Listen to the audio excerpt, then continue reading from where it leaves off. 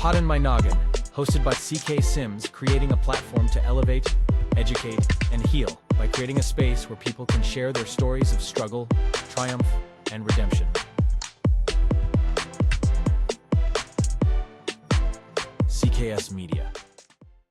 Hello, everyone, and welcome back to another episode of Pod My Noggin. My name is CK Sims, and I'm your host. Today, this week, we are joined by another person with a very bold claim that they have come up with the cure for obesity. Mr. Jason Stanley, welcome to the show. Thank you so much, CK. I appreciate it.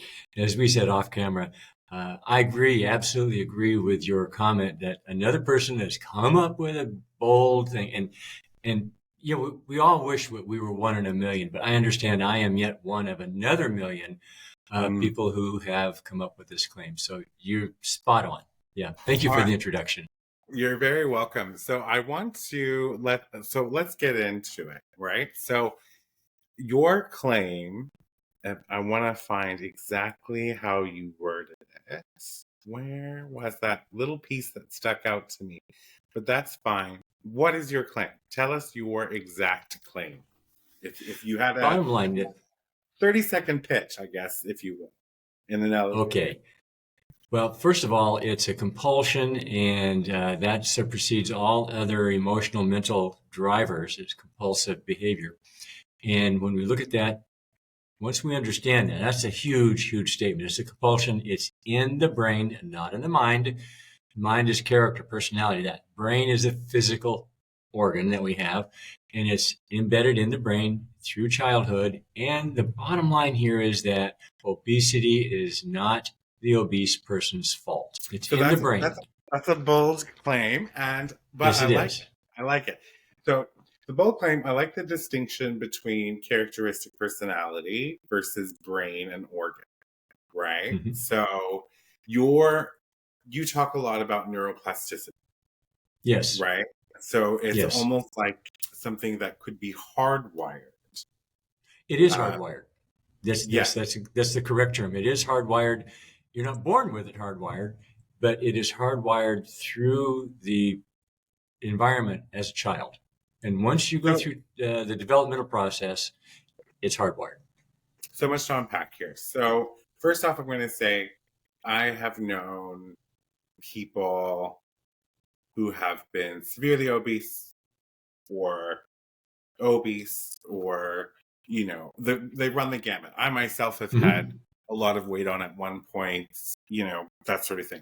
So, and there are a large grouping of individuals in the world who look at them and see laziness or see lack of, say, willpower. And they really kind of look down on people who are bigger versions of humans, right? And this bugs me because I've seen firsthand how much effort some of these people put into trying to change their food intake, their relationship with food, like all of these things. It is not easy. So I like the subject of this. It is not their fault. Right. And when I read that, I thought to myself, But what I did like, and I remember now, chronic overweight and obesity, it's not your fault. That was the piece that I was looking for just a few minutes ago. It has never been your fault. Regaining the weight you lost was not your fault. Now, that's right. Understanding the root cause and how to cure it, attaining a healthy weight has become your responsibility. So what I like about that is many podcasts ago, I had a guest on and we were talking about trauma. And she had indicated that trauma is not your fault, but your recovery is your responsibility. And that kind of created a snap for me. Yep. So let's talk about childhood. What's happening in childhood that would, say, hardwire a human being to become a compulsive emotional eater? Well, I'm glad yes, that's correct. Compulsive emotional eater. And just real quick on that. almost everybody who is obese or overweight even will say, I'm an emotional eater. I'm a stress emotional eater. Let's understand that that's the, oh, great. Thank you. That's what's got that little bit of belly there, is that emotional Oh, eating. yeah. Okay. Why are some people emotional eaters when other people, when stressed, lose their appetite and cannot eat? And yet other people, the large group of people, historically the majority, when stressed, it doesn't impact their eating one way or the other. So the question is why? And when we answer that question, we get into the compulsion. So I'm just trying to identify where we stand in our conversation. So stress eating is the result of the compulsion. So now directly to answer your question, what goes on in childhood? Well, it's really very simple. But I'm also glad that you mentioned stress, because stress is not required. Now, a lot of people, about half of the obese population, come from a high stress childhood. There's a study called ACEs, which there were thousands of people that went through this. They were adults, and they looked at these adults they looked at their childhood and found that there are certain criteria: divorced parents, violence in the home, these kinds of stressful situations. And almost half, 49%, had high stress childhood. Almost half of the obese adults in this study. But that also says that half didn't. And my research shows the same thing. So understand that if you have stress and you're obese, if you had stress as a child, yes, absolutely yes, that exacerbates everything. That makes it stronger, more powerful, but it isn't required. You have half the obese population that did not have a stressed childhood. And that percentage is increasing in today's children. So fewer and fewer obese people have come from a high stress childhood.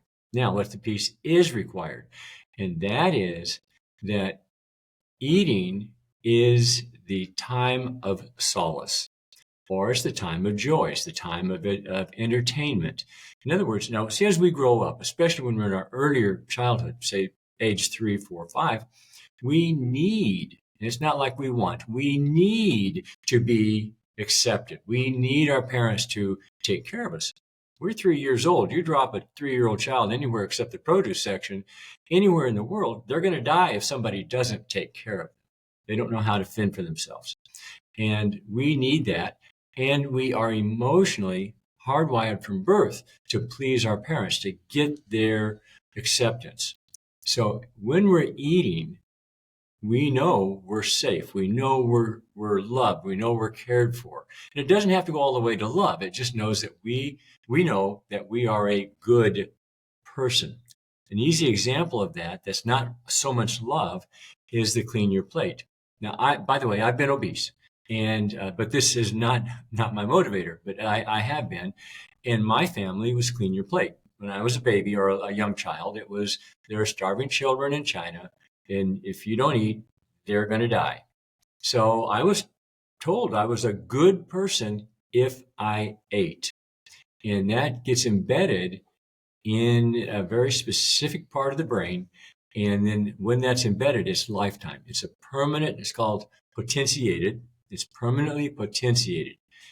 You can have a temporary potentiation in the brain. So like you have a short-term memory or even a long-term memory that fades over time. That's temporary or long-term potentiation. But then you have those that are permanent. And that's that embedding that happens during childhood in the compulsion to be a good person. So when you have fear or stress, that part of the brain, it's called the amygdala, that part of the brain sees that as danger. And that part of the brain doesn't understand language at all. There's no language. It doesn't know language whatsoever. Whatever you're talking to it, it doesn't matter. It sees danger and it immediately responds to take you to a place of safety. It's the sentry, it's the guard at the gate kind of a thing. You walk around the corner and you see a garden hose or a rope on the ground, you jump back because your brain has told you that's a snake and you're in danger. And that's that piece of the brain. Now, in a moment later, very short moment later, you go, oh, that's just a garden hose. I'm being silly. But your heart's beating fast because that part of the brain had you jump back to safety. It's that kind of reaction that's going on in the brain that says, I'm in danger, I'm in danger, I'm in danger. Whatever the stress is, it doesn't matter what the stress is. It's just that the brain is receiving the message of stress, and it takes you to a safety. And the safety is eating. Now, all of this is not conscious. All of this is at that emotional, functional level that precedes thought. So I know that's a whole bunch there. Bottom line is the chip. Yeah. Yeah, it's a whole bunch, but it's interesting because like my parents said the same thing to me, by the way. Okay. Yeah. Except for me, it was Africa. Children are That's starting. a common one. Yeah. I'm a little older than you. So this is really interesting. So I like the part that you said about, you know, we're born to please our parents. Mm-hmm. Right? Mm-hmm. This is also in line with another thought on trauma is when you are being abused as a child or you are in a high stress situation, the brain won't really allow you to say your parents are the problem or the monster. Right. Because you need them to survive. So what happens is you internalize and convince yourself that you must be the monster, right? And then this kicks off a lifetime of faulty assumptions and all of that sort of thing. So there's a correlation there. And what I liked what you said is about, and I hadn't really thought about it before, but when we, you know, dinner time, I'll just use my situation. Like dinner time was a time of sort of peace, togetherness, conversation. You know, so food was definitely associated with happiness and joy in the family. It was also sometimes associated with adventure and excitement, right? So what you're saying, if I'm to summarize this for myself and for anybody listening, is that we are hardwired to eat emotionally when we're stressed, or emotionally eat when we're stressed, because As an adult, during yes. childhood we attached, or I don't know if we consciously attached, but somehow eating attached to safety, happiness, comfort, joy. Yes. As adults, when we're experiencing anything but those things, it brings us back to a place that it knows it finds happiness, joy, comfort, which in result is eating. Almost. You've got it real close, except for your putting on happiness, joy, etc. onto it. It's not those things. It's safety. Safety. It's safety. Yeah, safety. I am a good person. Just translate it to I'm okay. I'm good when I do this thing. I'm safe. So it takes it to the safety place. And again, let's understand that it's a part of the brain, the amygdala, which does not deal with happiness or joy or those kinds of emotions. Now, we will say I'm comfort eating and I feel so good and relaxed and joyful because we bring in the absence of stress in our adult thinking, in our adult emotions. So that comes hand in glove with it, but it isn't necessarily required. You can be a high stress situation. Let's take somebody who's got either a family member who is terminal, it's a long-term stress, and they'll sit there at the bedside and munch all day long. So it's not a place of joy, it's just a place of relief of the stress. Go through a divorce, and that's where these long-term grinding kinds of stresses are where people really put on the weight, just historically speaking. Or the person who has the aversion to eating. Let's reverse this thing, this table that dining experience that you talked about there with your family. And if it was dinner was a time of stress, one man in one of my studies did that. His father was a monster, and he could get away from his dad all day, every day, school, chores, homework, etc., except dinner time. He had to be at the table, and he didn't know if he was going to get praised or slapped or cussed, or he didn't know what was going to happen. And it was always an absolute point of fear going to dinner as a little kid. So as an adult, he could not relax and eat. And under any stress, and I knew him as an older graduate student, he was rail thin, wiry, strong, healthy, but very thin. Under any stress, he just simply could not eat. So it's not the joy, it's the safety. Hardwired pattern set of safety. Yes, yes. Now we add to it joy. But I just want to point that out because you're going to find people in your audience who will say, but I'm not happy when I'm eating. I feel bad about myself. I feel like I'm failing. And what is that but more stress? Okay. So that stress begets more. Okay. That's really, yeah. So that's interesting. So it's not about happiness or joy. It's what we've done as a child and sometimes what we label things as adults. Because we just, we love to label things. So, okay. So something happens in childhood.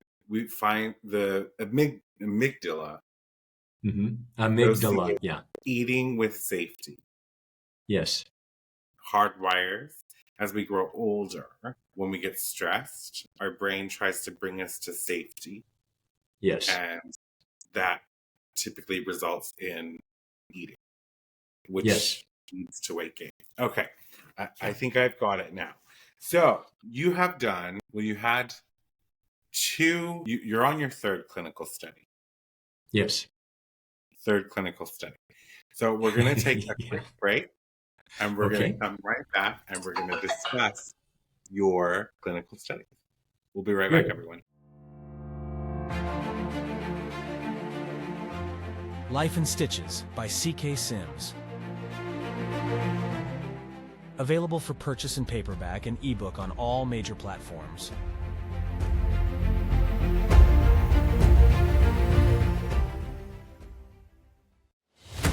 Partner today with CK Sims and Pod in My Noggin to get in front of an audience that cares. You will be supporting mental health stories, tales of resilience, and uplifting content, aligning your brand with bringing goodness, authenticity, and kindness front and center.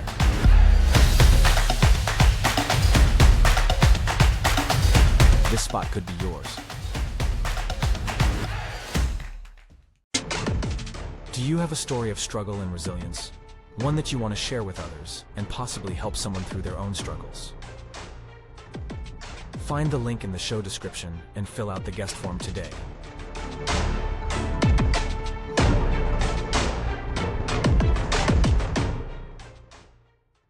Welcome back, everyone. Thanks for tuning in to another episode of Pod in My Noggin. Before the break, we were talking to Jason Stanley about his bold but very interesting claim of how he has cured or come up with a cure for obesity.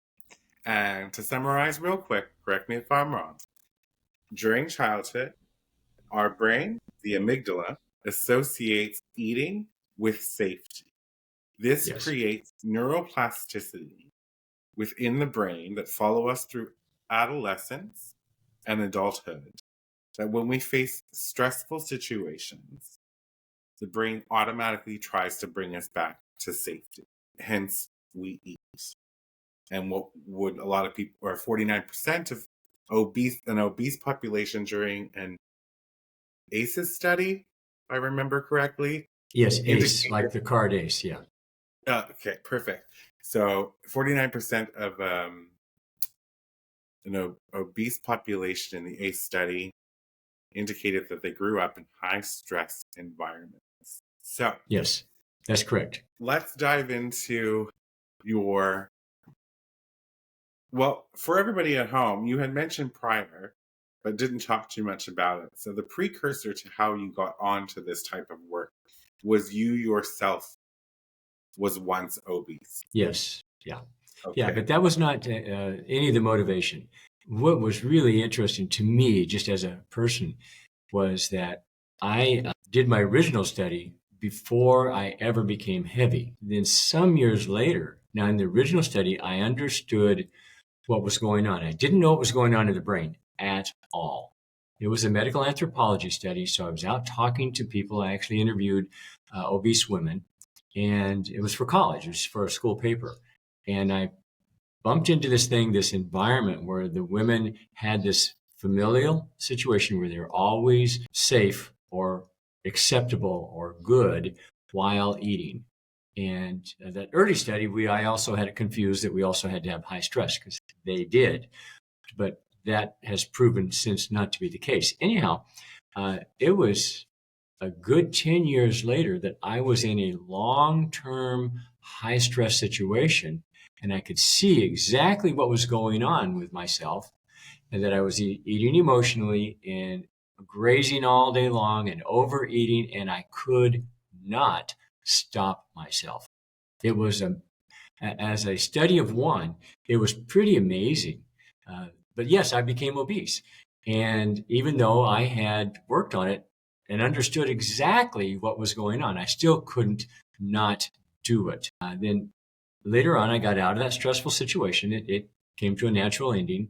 Some years later, I was in another completely different type of a situation that was long-term high stress, and the weight came back, and I got over that marker of obesity. And what was fascinating to me was I had already run the first clinical trial and written the first book, which, by the way, the first clinical trial failed and the first book has wrong information in it. But there I was in this long term, we're talking, for me, it was like 3 years, and high stress, and the weight just gradually came back on. So that was fascinating. But understand that that was not my motive. My motive originally was I accidentally bumped into what I found to be, oh my goodness, this is what's really going on, kind of an epiphany, while I was trying to just simply do a field study for a course paper in college, that we went out to prove that the current thinking in medical anthropology was that people brought with them the lifestyle of farming into the city, and they continued to eat the heavy, large meals. That had nothing to do with it. So I disproved my hypotheses in the study, but I set myself on a lifetime journey. And so what happened to create that second clinical trial? Well, the second clinical trial, the first one, I just simply sat down and did armchair kind of logical. Hey, if we do this, maybe we can, what I call then, repattern the subconscious. And that book was published, and the study was done in 2000. In 2006, I learned about it borderlines on the woo-woo kind of stuff, but a therapy called EFT, Emotional Freedom Technique. And it's based in the meridian system. And, the Chinese meridians, well, hey, we've got thousands of... Tapping. Yes, tapping, exactly. That's what it was. And if you know about tapping, and those of your audience who do, you know that 2006 is when the originator, Gary Craig, put out his first videos on it. And I just happened to see it and got real excited about it, because I said, this is it. This is it. This is what we're dealing with. We're trying to release this pent up emotional connections. So I got real excited. At that time, there were no courses or anything that you could take, but I learned everything I could, tried it on myself. It worked on me. And of course, there's probably a bias there, a desire that I wanted it to work really bad. So I rewrote the book and included tapping in it with the diagrams and all that stuff, and set up the second clinical trial, and tapping doesn't work. If it did, since it's been out for 20 years, golly, people would be tapping for obesity, but they're not, because it doesn't work. I proved that. I had a 95% failure rate. Well, you're going to get a 5% success rate in, accidentally anyway. So that's, as far as I'm concerned, absolute failure. So I closed it down. So the numbers just didn't jive, right? Say that again. Here's the part that I want to ask then, because what you're talking about for your second trial and with EFT is,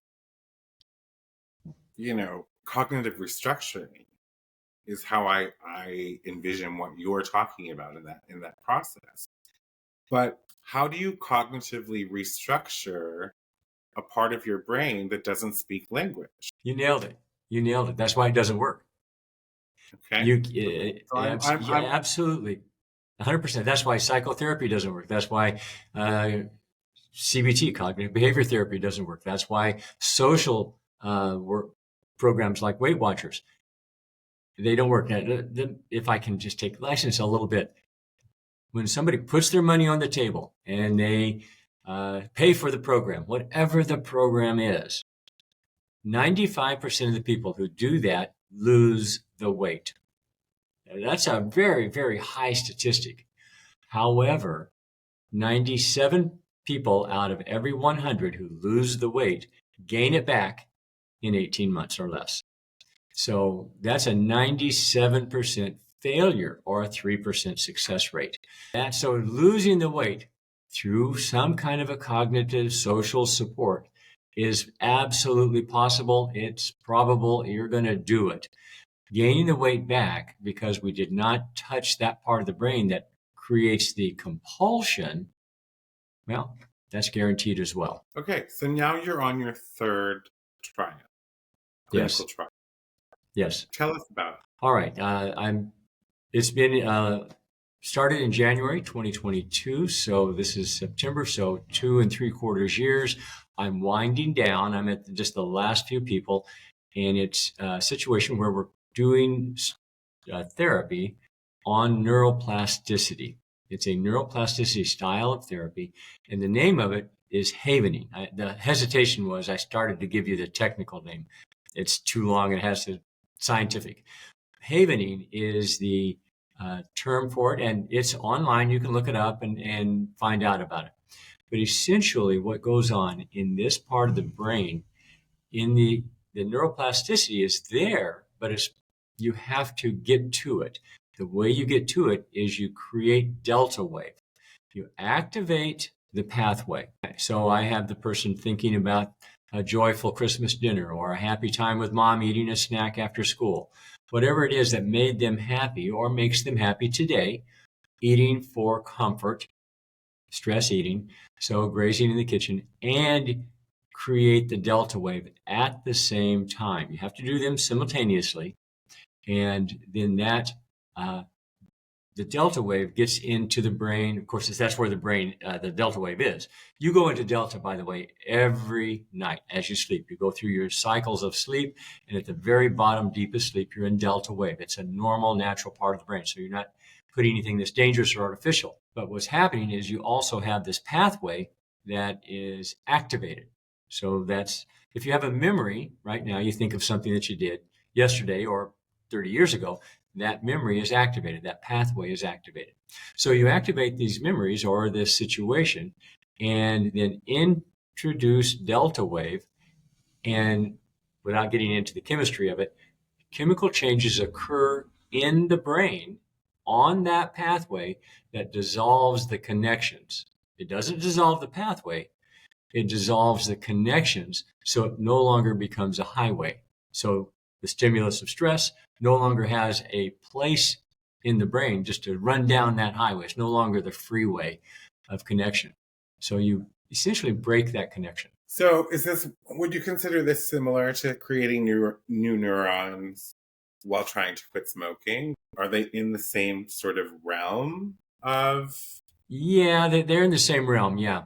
When you're trying to quit smoking and creating new neurons, I'm going to say I'm out of my depth on that, but everything that I've read and everything that I've seen is you're not actually creating new neurons.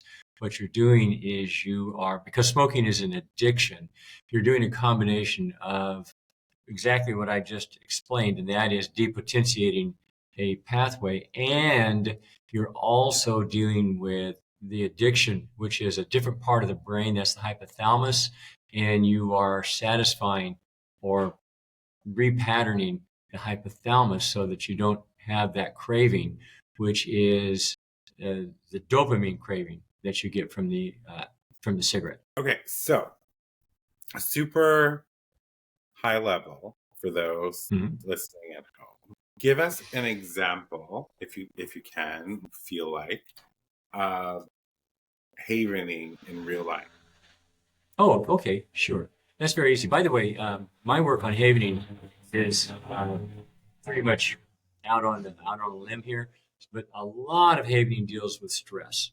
That's really what it was developed for, and that's what most people use it for. So let's use it as a stress situation rather than at the eating, just to make it more common so people can look it up and go, oh, okay, that's what they're doing here. So when you rub certain parts of the skin of the body. And this, by the way, is science. This is not woo-woo. Professor put vibrating pads on different parts of the whole body and had the brain wired encephalograph. And let's say, okay, what's the brain wave when we stimulate this part of the body? Turns out that there's a special name, by the way, for this kind of skin. On the forehead, on the cheeks above the cheekbones, on the outside of the arm, and on the palm of the hand. When you stimulate that skin, and just real quick, take a look at the skin on your own hand, the palm and the back. It's very different skin. And yeah, so one looks very young and the other one looks really old. yeah, So. yes. Even on a baby, though, there's a difference there. But yes, I hesitate to show the back of my hand. So yeah, but there's hair, and there's no hair here. There's hair here, and even on women, they have the hair follicle and the little fuzz. So that's just part of the skin. So anyway, you stimulate this skin, right? You stimulate this as you're thinking. So let's say we had a trauma that we're dealing with. And we would say, okay, I remember the trauma. I was in a car wreck and it was a problem. And oh yeah, I'm scared. And you'll actually start, if you remember any kind of trauma, your heart rate will go up. You'll get scared and you'll say, okay, I'm at a 1 to 10. I'm at a 5 or a 6. I'm really upset here. So you then walk your way through, talk about the wreck. I'm driving down the road and bam, this thing hits me in the back and I'm spinning and I'm scared. And you talk about the trauma as you are creating the delta wave, and you're activating that memory, and you are depotentiating the memory as you introduce delta wave. Now that's the same thing that I would do in mine. All right, so I would tell the person, all right, tell me about your little girl and tell me about Christmas dinner. And that's all I'll say at this point. Now, I know about her family, and I've done a lot of interviewing with her ahead of time. Okay, so she'll start, okay, I'm 7 years old, and we're in the car, and I'm real excited. And I focus a lot when I ask them, tell me how you feel. Tell me how you feel. I keep repeating that. So this is somebody who's been down the path with me many times, and they know I'm real excited. I'm in the car, Dad's driving, and we're going to Grandma's house.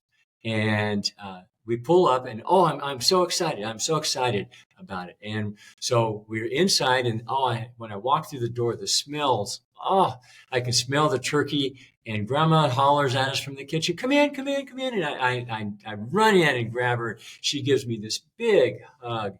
And so the person will describe this childhood experience. Moving on, they'll say, well, we're at the table. I'm sitting right next to Aunt, whatever her name was. And she's my favorite aunt because she always listens to me. And I feel so loved and so accepted. And those emotions are flooding her, right? But those emotions, the emotion of that memory is flooding. And we're holding hands and Grandpa is saying grace. This makes me feel safe and secure. I feel safe. I feel safe. I feel safe. The whole time that we're doing the havening. And so I'm like you and I are right now. I'm seeing her on Zoom. We're not face to face. Now you can do this face to face, and it was early on thought that you had to do it face to face, but the pandemic cured us of that idea. We could do it, yeah. So we found out it's just as effective doing this on Zoom. Well, so that's the deal. That'd be the thing. It takes about 15 to 20 minutes of this process of reliving this Christmas dinner or the trauma, the car wreck. 15 or 20 minutes on a single trauma, it will work. Sounds like magic. It's amazing what it will do on trauma. But trauma is a single pathway that is a single memory, something that was a real bad deal. All right. But because this is patterned through the childhood, through literally years of daily repeat, it takes anywhere from 12 to 25 sessions to bring this repatterning in the brain, that neural network to be the plasticity to be repatterned, or actually it's resolved is what it is. It's very interesting. I had a bunch of memories come up while you were doing this motion about a specific time in my life that I've talked about 100 times on the show. But I'm not going to share about it now because I feel like it's beating a dead horse. Because my listeners have actually heard the story. But I might share once we finish. But so tell me this. I know that if people go to nevergaintheweightback.com, Yes. they can, I think, if I'm not wrong, access a free ebook. Yes. Yes. Yeah. Okay. So for anybody at home that wants to learn more about this, go check that out. I will link it in the description. Now, how does somebody get involved with you? Say there's somebody who's tried everything. They've done CBT, they've done all of the therapies, all of that sort of thing. And they have practically given up because they don't think there's anything that can fix them. How could they get involved in you? Through the website? Through the website, or they can, just through the website. That's the easiest way. Just send me an email and get in touch with me. And I'm glad you mentioned this, because I am just now, in the last few weeks, actually taking on clients, because the program is winding down, the research. And what we didn't say earlier is that I released the first 2 books before I did the clinical trials. And whoops, I really embarrassed myself. This time I've completed the clinical trial before I'm releasing the book. But yeah, the first part 1 of the book is available. It's a free ebook. Yeah. But I think what's interesting is that there's a level of accountability, right, with you that I appreciate, because you went out, you experienced some things in your field, you formed sort of a thesis based on that experience, you wrote a book, you did a study, and you own that that study failed and that book had wrong information in it based on not fully substantiated facts, if you will. But isn't that science? Isn't that Yes, the very exactly. Yeah. premise of research, to try and maybe you think you found it, but then, oh wait, no, I don't think I did find it, and now I'm going to go back and continue to pursue. So here we are now at the end of the third clinical trial, and we actually have an 80% success rate. Yes. Permanently eliminating chronic overeating. Yes. Yeah. And now let me go ahead. No, well, I was curious, you're going to publish the results, I'm assuming, in the book. Maybe there's obviously a sample size, how we're close on time, so I'm interested in reading the book to understand sample size, how the individuals were particularly chosen, and will the book have all of that juicy stuff in it? It will be abbreviated in there, yes, because I'm doing 2 things. And one, I'm doing 3 things. One is I'm putting up a podcast, so where I will explain all of this, because people watch instead of read these days. The book will follow, and somewhere in the process will be the scientific paper, the paper that's put out in the Science Journal. So okay, that's the one I really want to see. Yeah. I'll read the book as well. See, it's interesting that you say that people would rather watch than read. I am such the opposite. Today, yeah. I go through things and I see an article that sounds interesting, but it's not really an article. You click on it and then it's just a video, and I'm like, I don't want to watch it, I want to read it. That's how I am as a person. Jason, thank you so much for being here. Thank you for Thanks the for work having that me. you continue doing in this field. It's needed in this field. People need to know that they have the opportunity to make changes in their life that they so deeply want, and to understand where this comes from. I have had interactions with people before who just don't understand the why, right? And so if you can shed some light for them and help them regain their life back the way they want to live it, that would be great. Exactly. For everyone at home, I'm going to link nevergaintheweightback.com in the website. Go check out the free ebook. Look out for the second book coming out later, and the scientific paper, and until next time, don't forget to subscribe. We'll talk again soon. Thank you, Steve.